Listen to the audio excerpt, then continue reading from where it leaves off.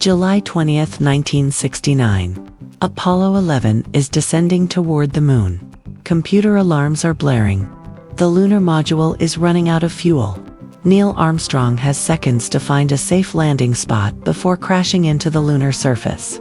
In that moment, with the entire world watching and America's reputation hanging in the balance, the success of the mission depends on calculations that had been verified by hand, equation by equation, by a black woman working in a small office at NASA Langley. If you think you've heard incredible stories of hidden heroes, wait until you discover what Katherine Johnson accomplished for America's space program. If you enjoy these kinds of stories buried by official history, subscribe to the channel now and leave a comment saying "Remember Katherine" so her genius is never forgotten. Her name was Katherine Johnson, and while NASA had the most advanced computers in the world, when it came to life or death calculations, they turned to her. Not to a machine, not to a team of male engineers, to a black woman who had grown up in an era when people like her weren't even allowed to attend white schools, let alone work for the government's most prestigious scientific organization. Every trajectory that sent Americans safely into space and back had passed through her mind, through her calculations, through her verification. Picture this moment, Apollo 11's success hanging in the balance, millions watching on television, the entire Cold War space race culminating in this single moment, and somewhere in the background, Katherine's handwritten equations were the invisible foundation making it all possible. The woman they said couldn't work for NASA had just helped put a man on the moon. While Neil Armstrong was taking his first steps on the lunar surface, Katherine Johnson was the hidden genius who had calculated exactly how he would get there and, more importantly, how he would get back home. But here's what makes this story even more incredible. This wasn't the first time NASA had bet everything on Katherine's calculations. 7 years earlier, in 1962, astronaut John Glenn was about to become the first American to orbit Earth. NASA's new electronic computers had calculated his flight path, but Glenn refused to launch. He looked NASA officials straight in the eye and said, "Get the girl to check the numbers." He wasn't talking about just any girl. He was talking about Katherine Johnson. Think about that for a moment. The astronaut who was about to risk his life trusted her more than the most sophisticated technology of the era. A black woman's brain was considered more reliable than room-sized computers that cost millions of dollars. In an era of Jim Crow segregation, when black women were expected to work as maids and seamstresses, Katherine Johnson had become the person NASA turned to when everything was on the line. But how did this happen? How did a woman who faced both racial and gender discrimination become the hidden genius behind America's greatest achievements in space? How did someone who couldn't even use the same bathroom as her white colleagues become the mathematical foundation of the space program? The answer takes us back to 1918, to a small town in West Virginia, where a little girl was about to show the world what brilliance looked like when it refused to be silenced. February 20, 1962. John Glenn is strapped into Friendship 7, about to become the first American to orbit Earth. The entire nation is watching. The Cold War is at its peak, and America desperately needs this mission to succeed. After watching the Soviets dominate space with Sputnik and Yuri Gagarin, everything has been calculated by IBM's newest computers: the trajectory, the re-entry angle, the splashdown coordinates. But as Glenn sits in that capsule, he makes a demand that shocks NASA officials. "Get the girl to check the numbers," he says. "If she says they're good, then I'm ready to go." The girl he's talking about is Katherine Johnson, a black woman working in the segregated computing division at NASA Langley. In 1962 America, this is unthinkable. A white male astronaut, a war hero, is refusing to trust million-dollar computers and instead demanding that a black woman verify the calculations that will determine whether he lives or dies. NASA officials are stunned. Here's an astronaut who has flown combat missions, who has stared death in the face, and he's saying he won't launch until Katherine Johnson personally signs off on the math. Think about what this means.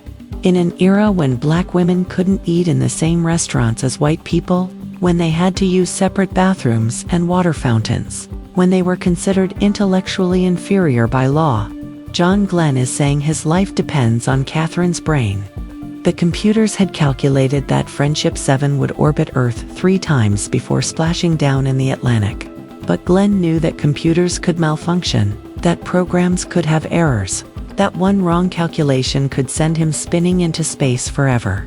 He had heard about Katherine Johnson's reputation. He knew that when NASA needed absolute precision, they turned to her. When they needed someone who could spot errors that machines missed, they called Katherine. So there she sits, in her small office, with a mechanical calculator and sheets of paper, double-checking calculations that had taken IBM's most advanced computers hours to complete. She's running trajectory equations that most PhD mathematicians would struggle with. She's calculating orbital mechanics, re-entry angles, and splashdown coordinates by hand, equation by equation, number by number. Hours pass. Katherine works through the night, checking and rechecking every calculation. The pressure is immense. One small error and John Glenn dies. One miscalculation and America loses the space race. The entire mission, the entire program, the entire country's reputation rests on her mathematics. And she knows that if something goes wrong, history won't blame the computers or the male engineers. They'll blame the black woman who dared to touch their precious calculations. But Katherine Johnson doesn't make mistakes. Not with math. Never with math. When she finally looks up from her calculations and nods, when she tells NASA officials that the numbers are correct, John Glenn gets his green light. Friendship 7 launches successfully. Glenn orbits Earth 3 times exactly as calculated. He splashes down precisely where Katherine's equations predicted he would. The mission makes John Glenn a national hero. But almost nobody knows that a black woman's mathematics made his heroism possible. The newspapers don't mention Katherine Johnson. The history books ignore her contribution. America celebrates its space triumph while the woman who made it possible returns to her segregated office. Invisible to the world but absolutely essential to America's success. But here's the question that should haunt every American. How did Katherine Johnson develop this incredible mathematical genius? What shaped a mind so brilliant that astronauts trusted her over computers? The answer takes us back to her childhood, to a family that believed education could overcome any barrier, no matter how insurmountable it seemed. White Sulphur Springs, West Virginia, 1918. A baby girl is born into a world that has already decided her limitations before she takes her first breath. She is black in the Jim Crow South. She is female in an era when women can't vote. She is poor in a region where opportunities are scarce, even for white families. By every measure of her time, Katherine Coleman, who would later become Katherine Johnson, should have disappeared into history without a trace. Just another brilliant mind crushed by the weight of systemic oppression. But Katherine's parents, Joshua and Joylet Coleman, refused to accept society's verdict on their daughter's future. In a world that tells black children they are intellectually inferior, the Colemans fill their home with books, mathematics, and an unwavering belief that education can shatter any barrier. Joshua works as a lumberman and a farmer, Joylet as a teacher, and together they save every penny to ensure their children can attend school instead of working in the fields. By age 4, Katherine is already showing signs of extraordinary mathematical ability. While other children play with dolls, she counts everything around her. Steps to the front porch, beans in a jar, stars visible in the West Virginia sky. Numbers aren't abstract concepts to her.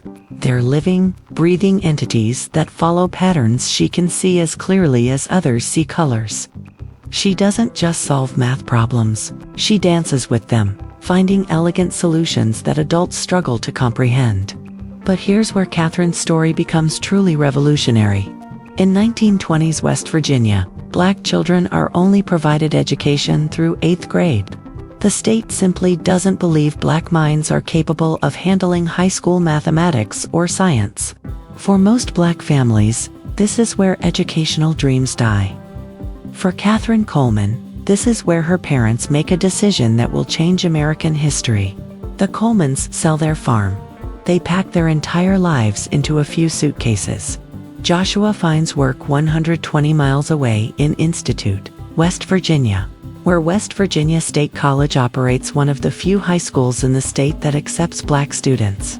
The family uproots everything: their home, their community, their financial security, just so Katherine and her siblings can continue their education. Think about this sacrifice: parents destroying their own stability to bet everything on their children's minds. Katherine enters high school at age 10 years old, sitting in classrooms with teenagers, solving mathematical problems that challenge students twice her age. Her teachers quickly realize they're witnessing something extraordinary. This isn't just academic acceleration. This is mathematical genius emerging in its purest form. By age 13, Katherine is taking college-level mathematics courses. Her professors at West Virginia State are professors with PhDs from prestigious universities, and they're struggling to stay ahead of a black teenage girl from rural West Virginia. But Katherine's brilliance extends beyond pure mathematics. She has an intuitive understanding of how numbers relate to the physical world. When she studies geometry, she sees how shapes move through space. When she learns calculus, she visualizes how objects accelerate and change direction. She's not just memorizing formulas. She's developing a mathematical intuition that will later help her understand rocket trajectories and orbital mechanics better than anyone else at NASA. Dr. William Claytor, one of the first Black Americans to earn a PhD in mathematics, becomes Katherine's mentor. He recognizes her extraordinary talent and does something unprecedented. He creates advanced mathematics courses specifically for her. Courses in analytical geometry and advanced calculus that don't officially exist at West Virginia State, but which Dr. Claytor teaches privately to ensure Katherine's mind continues to grow. At age 14, Katherine Coleman enrolls as a full-time college student at West Virginia State. 14 years old, in college, studying mathematics at a level that most people never reach in their entire lives. Her classmates are adults, but Katherine's mathematical insight often surpasses theirs. She's not just smart, she's developing a way of thinking about numbers and relationships that will later revolutionize space travel. But even as Katherine excels academically, the brutal reality of 1930s America looms over every achievement. What happens to a black woman with a mathematics degree? Where can someone like her work?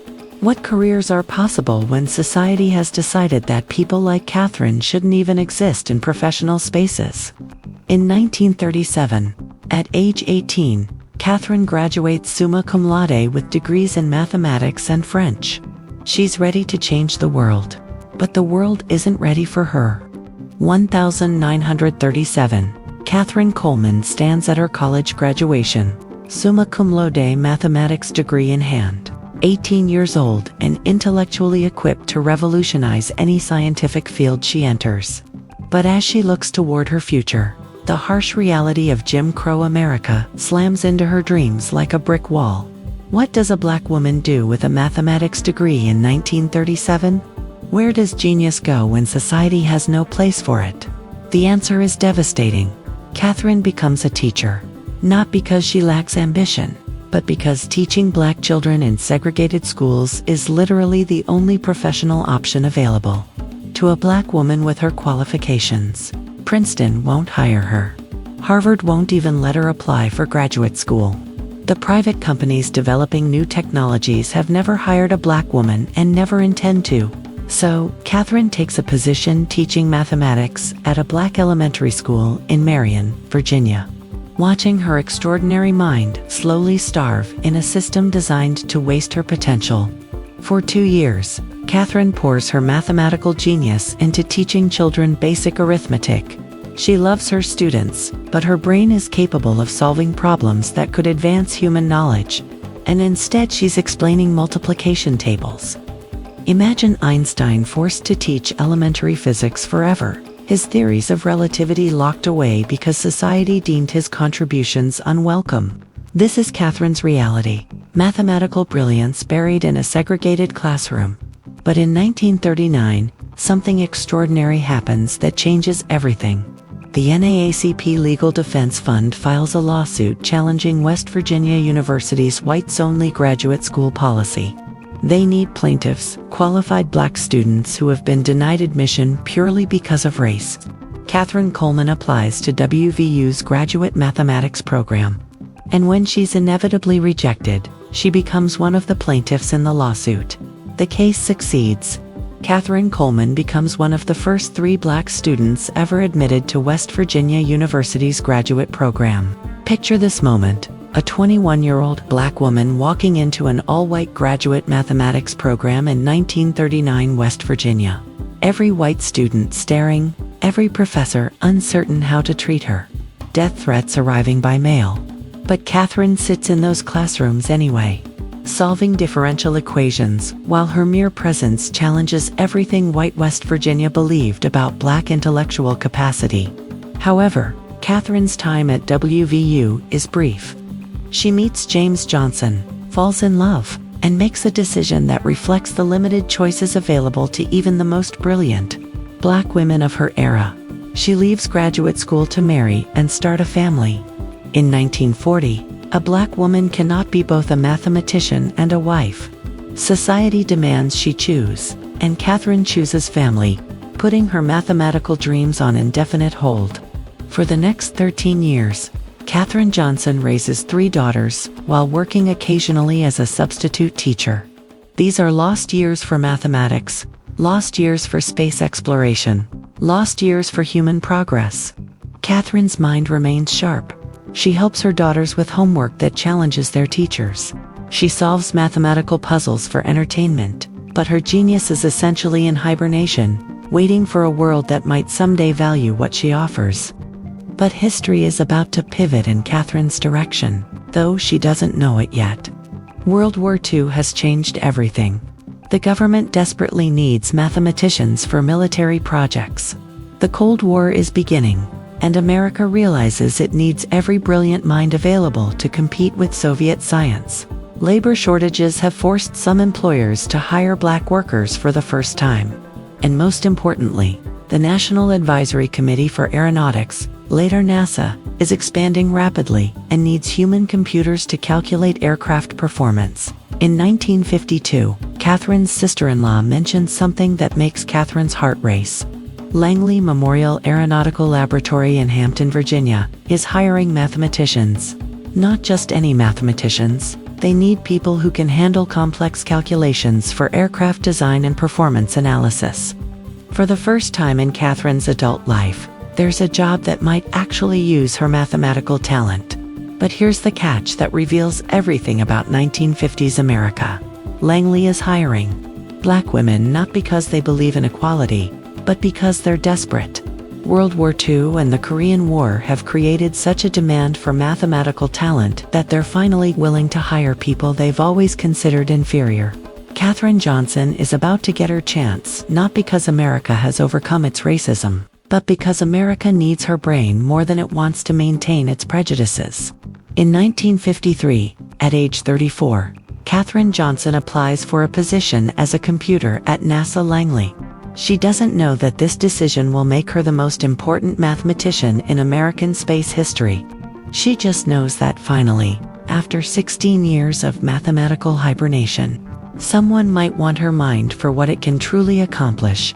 May 1953, Katherine Johnson drives through the gates of Langley Memorial Aeronautical Laboratory for the first time, her heart pounding with a mixture of excitement and terror. At 34 years old, she's finally getting the chance to use her mathematical genius professionally. But as she parks her car and walks toward the building that will become her professional home, she has no idea she's about to enter a world where her brilliance will be both desperately needed and systematically diminished. Langley in 1953 is a strange contradiction. It's one of America's most advanced scientific institutions, developing cutting-edge aircraft technology and laying the groundwork for space exploration. The brightest aeronautical engineers in the country work here, pushing the boundaries of human flight. But it's also the Jim Crow South, where racial segregation isn't just social custom.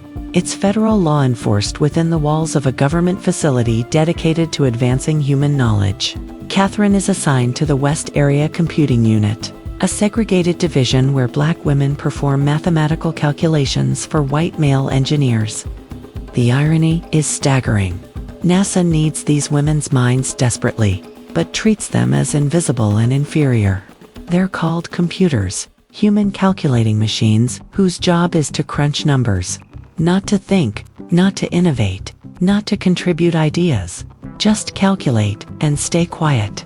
The working conditions reveal everything about 1950s American racism. Katherine and the other black computers have their own separate bathroom, marked colored women, a half-mile walk from their office.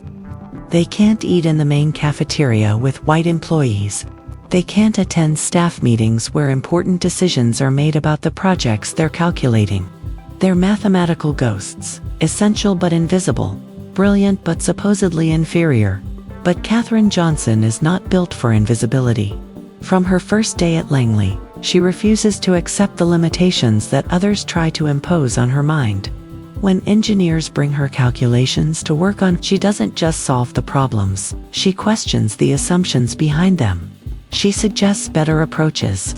She identifies errors in the original formulations.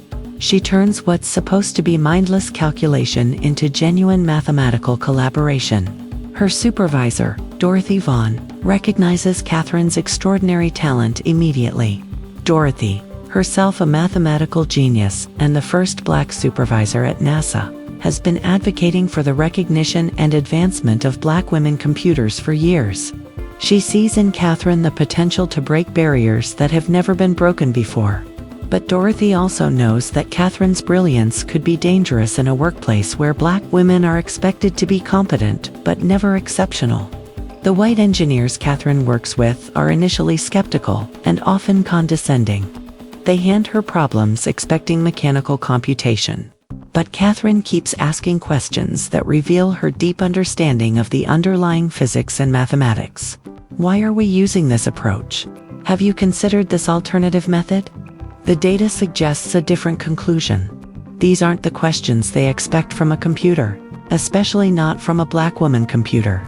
Slowly, grudgingly, some of the engineers begin to realize that Katherine isn't just performing calculations, she's improving their work. Her mathematical insights are making their aircraft designs better. Her questions are catching errors they missed. Her suggestions are leading to more efficient solutions. Katherine Johnson is transforming from an invisible calculator into an indispensable collaborator. But the most significant moment comes when Katherine decides to attend a meeting she's not supposed to attend. The engineers are discussing a complex aerodynamics problem, and Katherine has been working on the calculations. When meeting time comes, she simply walks into the conference room and sits down. The room falls silent. No black person, certainly no black woman, has ever attended these meetings before. When someone suggests she doesn't belong there, Katherine looks around the room and says simply, "Is there a law against it?" There isn't. Jim Crow segregation covers bathrooms and cafeterias, but nobody has written a specific rule barring black women from engineering meetings. It's just been understood, assumed, taken for granted that people like Katherine wouldn't dare assert themselves this way. But Katherine Johnson has never been good at accepting assumptions. She sits in that meeting, contributes to the discussion, offers insights that improve the project, and establishes a precedent that will change Langley forever. Other black computers, inspired by Katherine's courage, begin asserting themselves more boldly. The rigid barriers between computers and engineers begin to blur. Within 2 years, Katherine has become so valuable that engineers specifically request her for their most challenging problems. She's no longer just calculating. She's innovating, designing, solving problems that male engineers with advanced degrees struggle with. But her greatest challenge is yet to come, because NASA is about to embark on something that will require mathematical precision unlike anything attempted in human history, putting human beings into space. 1957. The Soviet Union launches Sputnik, and America's confidence in its technological superiority shatters overnight. Suddenly, the space race isn't theoretical anymore. It's an existential battle for global dominance. and America is losing. At NASA Langley, panic sets in. The agency needs to develop human spaceflight capabilities immediately, but the mathematical challenges are unlike anything they've ever faced. They need trajectories that can put humans into orbit and bring them back alive. They need calculations so precise that a single decimal point error could mean death. This is Katherine Johnson's moment, though she doesn't know it yet. While male engineers with PhDs from MIT and Harvard struggle with orbital mechanics equations, Katherine sits in her segregated office solving problems that will determine whether America can compete in space. Her reputation for mathematical precision has spread throughout Langley, and increasingly, the most critical calculations land on her desk. But Katherine refuses to remain trapped in the role of invisible computer. When engineers come to her with partial problems, she demands to understand the complete project. When they try to give her isolated calculations, she insists on seeing how her work fits into the larger mission. "Tell me where this is going," she says. "Tell me what we're really trying to accomplish." This isn't just curiosity, it's mathematical genius recognizing that optimal solutions require understanding the complete system.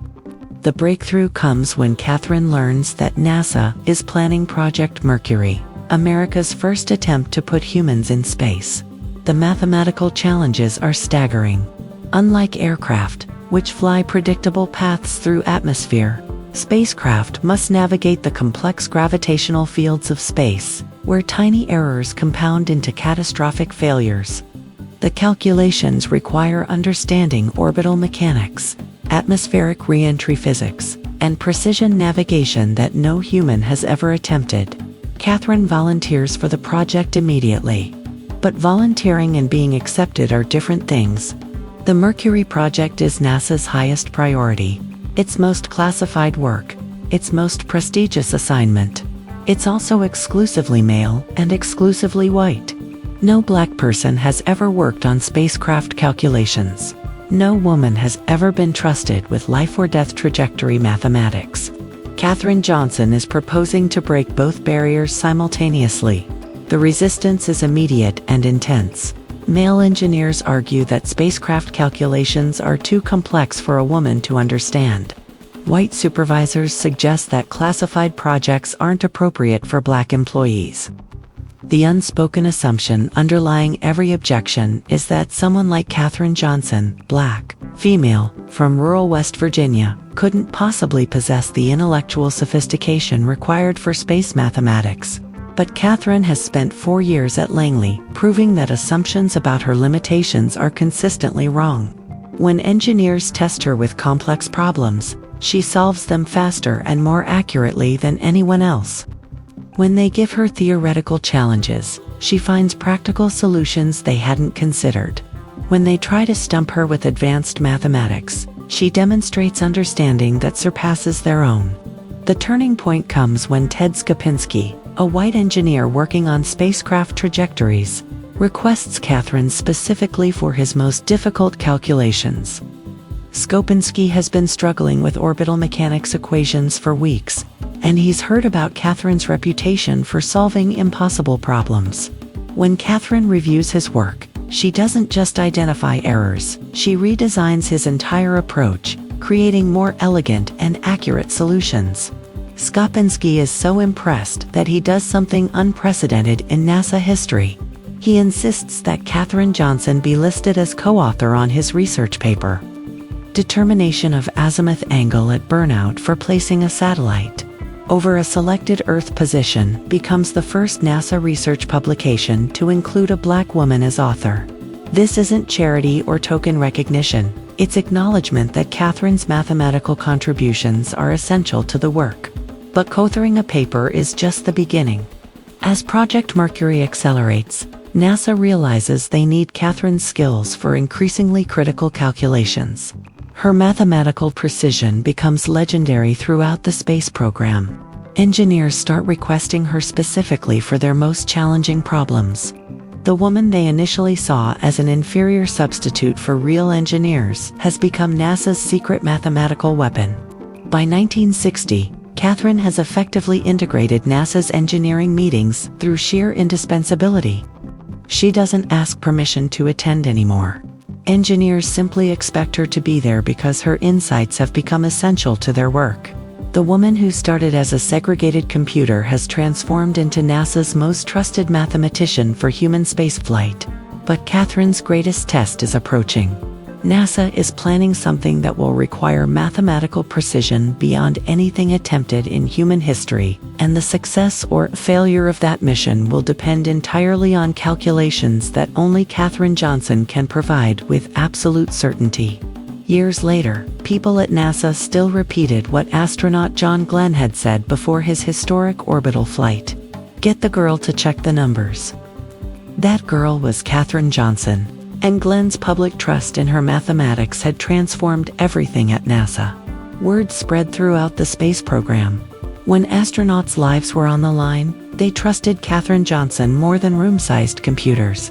Her reputation for mathematical perfection became legendary, and her career was about to reach heights that would have been unimaginable when she first arrived at segregated Langley. By 1961, President Kennedy had committed America to landing on the moon before the decade's end, and NASA needed Katherine for their most ambitious project yet, the Apollo program. The mathematical challenges were exponentially more complex than anything humanity had ever attempted. Moon missions weren't just about reaching orbit. They required navigating through multiple gravitational fields, calculating precise trajectories across 240,000 miles of space, and solving three-body physics problems that existed at the very edge of mathematical possibility. Katherine threw herself into lunar trajectory calculations with characteristic intensity. She developed computational methods that became NASA's standard, created backup procedures for emergency scenarios, and established mathematical frameworks that would guide every Apollo mission. The work was exhausting and exhilarating simultaneously. Katherine often worked 16-hour days, filling notebook after notebook with equations that mapped pathways to the moon. But even as Katherine's influence grew, she remained acutely aware of the barriers that still constrained her career. NASA might trust her with life-or-death calculations, but she was still excluded from senior meetings where major decisions were made. She might be the most accomplished mathematician in the space program, but her salary remained lower than male engineers with less experience. She might have co-authored groundbreaking research papers, but her name was rarely mentioned in press coverage of NASA's achievements. The contradiction was maddening. NASA desperately needed Katherine's brain, but society still couldn't accept that a black woman from rural West Virginia possessed mathematical genius that surpassed PhD holders from prestigious universities. Katherine continued proving herself with every calculation, every verified trajectory, every successful mission. But the recognition remained grudging and incomplete. Still, Katherine's influence on the space program was undeniable. Young black women began applying to work at NASA, inspired by stories of the mathematician who had integrated engineering meetings and co-authored research papers. White engineers who had initially resented working with a black woman gradually came to respect her insights and request her collaboration. Katherine Johnson was changing NASA's culture, one calculation at a time. The pinnacle of Katherine's career arrived with Apollo 11, the mission that would finally fulfill Kennedy's promise to land Americans on the moon. Katherine had been working on lunar trajectory mathematics for years, but Apollo 11 represented the ultimate test of everything she had developed. The mathematical precision required was staggering. Tiny errors would compound across 240,000 miles of space, potentially sending astronauts spinning into the void or crashing into the lunar surface. Katherine verified every crucial calculation for Apollo 11: launch trajectories, orbital insertion burns, lunar descent paths, surface operations timing, lunar ascent calculations, orbital rendezvous procedures, trans-Earth injection burns, and atmospheric re-entry angles. Each number had to be perfect, because there were no second chances, no backup plans, no room for mathematical error when dealing with human lives in the vacuum of space. July 20, 1969. As Neil Armstrong and Buzz Aldrin descended toward the moon's surface, Katherine watched from NASA Langley, knowing that her mathematics formed the invisible foundation supporting this historic moment. When computer alarms began blaring during the lunar landing, when Armstrong had to manually pilot the lunar module with fuel running dangerously low, he relied on backup calculations, Katherine's backup calculations, to navigate safely to the surface. The Eagle has landed. These words, transmitted from the lunar surface, represented the culmination of Katherine Johnson's extraordinary career. The mathematical framework she had created, the trajectory calculations she had verified, the emergency procedures she had developed had just achieved what most people considered impossible, putting human beings on the moon and bringing them safely home. But as the world celebrated humanity's greatest achievement, Katherine couldn't shake a troubling realization. Despite her essential role in Apollo's success, her name appeared nowhere in the media coverage. The newspapers were filled with stories about astronauts and flight directors, but the mathematician whose calculations had made it all possible remained invisible to the celebrating world. May 25, 1961. President John F. Kennedy stands before Congress and makes the most audacious promise in human history. This nation should commit itself to achieving the goal, before this decade is out, of landing a man on the moon and returning him safely to the Earth. The entire world gasps at America's boldness. The Soviets laugh at American arrogance. But at NASA Langley, Katherine Johnson quietly begins working on the mathematics that will make Kennedy's impossible dream reality. The Apollo program represents mathematical challenges beyond anything humanity has ever attempted. Getting to the moon isn't just about building bigger rockets. It's about solving physics problems that exist at the very edge of human understanding. The calculations involve three-body gravitational mechanics, precise timing across 240,000 miles of space, and trajectories so complex that even tiny errors compound into mission-ending disasters. NASA assigns Katherine to the Apollo project immediately. By now, her reputation for mathematical perfection has spread throughout the entire space program. When engineers need calculations they can stake their lives on, they come to Katherine Johnson. When mission planners need trajectory mathematics that cannot fail, they trust the woman who has never made a significant error in over a decade of spacecraft calculations. The lunar trajectory calculations are exponentially more complex than anything Katherine has worked on before. Earth orbit involves one gravitational body, Earth itself. Moon missions involve Earth's gravity, the moon's gravity, and the sun's gravitational influence, all constantly changing as celestial bodies move through space. Katherine must calculate trajectories that account for gravitational variations, orbital mechanics in 3 dimensions, and precise timing that allows astronauts to hit a moving target 240,000 miles away. But Katherine thrives on impossible mathematics. She develops computational methods for lunar trajectories that become NASA standard. Her equations account for gravitational perturbations that other mathematicians haven't even considered. She creates backup calculation procedures for emergency situations, alternative trajectories for mission abort scenarios, and mathematical frameworks that will guide every Apollo mission. The work is exhausting and exhilarating simultaneously. Katherine often works 16-hour days, filling notebook after notebook with equations that map pathways to the moon. She calculates launch windows with precision measured in seconds, orbital insertion burns that must be perfect within fractions of a degree, and return trajectories that will bring astronauts safely through Earth's atmosphere at exactly the right angle and speed. July 16, 1969. Apollo 11 launches from Kennedy Space Center, carrying Neil Armstrong, Buzz Aldrin, and Michael Collins toward the moon. As the massive Saturn V rocket thunders into space, Katherine watches from Langley, knowing that her mathematics form the invisible foundation supporting this moment. Every trajectory calculation, every orbital adjustment, every course correction has passed through her verification. The tension builds over 4 days as Apollo 11 travels through space following Katherine's calculated trajectory.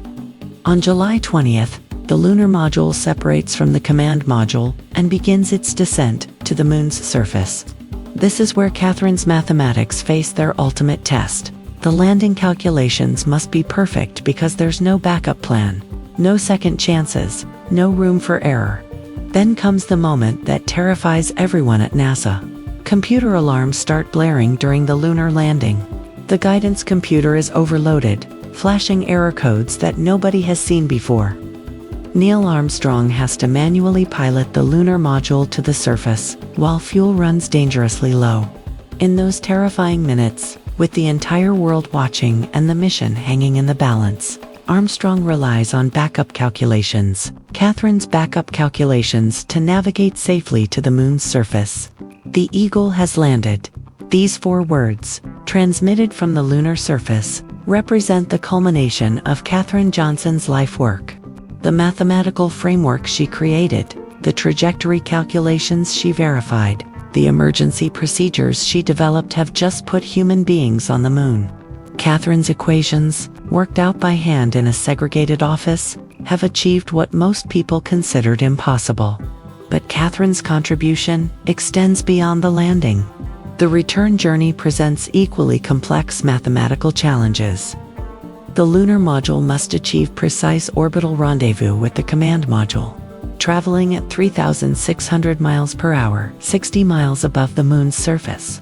Then the combined spacecraft must execute a trans-Earth injection burn that will carry the astronauts safely home across 240,000 miles of space. Every phase of Apollo 11's return follows Katherine's calculations.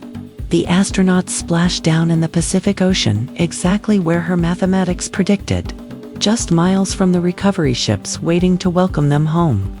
The mission that Kennedy called impossible has succeeded, and Katherine Johnson's mathematical genius has made it possible. As the world celebrates humanity's greatest achievement, Katherine returns to her office to begin working on Apollo 12. But something bothers her about the recognition she's receiving, or rather, the recognition she's not receiving. The newspapers are filled with stories about astronauts, engineers, and flight directors. Television documentaries celebrate the heroes who made the moon landing possible. But Katherine Johnson's name appears nowhere in the coverage. The woman whose mathematics put humans on the moon remains invisible to the world that benefited from her genius. How is it possible that someone so essential to Apollo's success could be so completely ignored by history? The answer reveals something deeply troubling about how America remembers its heroes and forgets its heroines. For 33 years, Katherine Johnson worked at NASA, calculating trajectories that carried Americans safely through space and back to Earth. She computed flight paths for the Mercury, Gemini, and Apollo programs. She verified mathematics for space shuttle missions. She contributed to early calculations for the Mars mission planning. By the time she retired in 1986, Katherine had become the most accomplished mathematician in NASA's history, the hidden genius behind every major American space achievement. But here's the tragedy that should outrage every American. For decades after her retirement, almost nobody knew Katherine Johnson's name.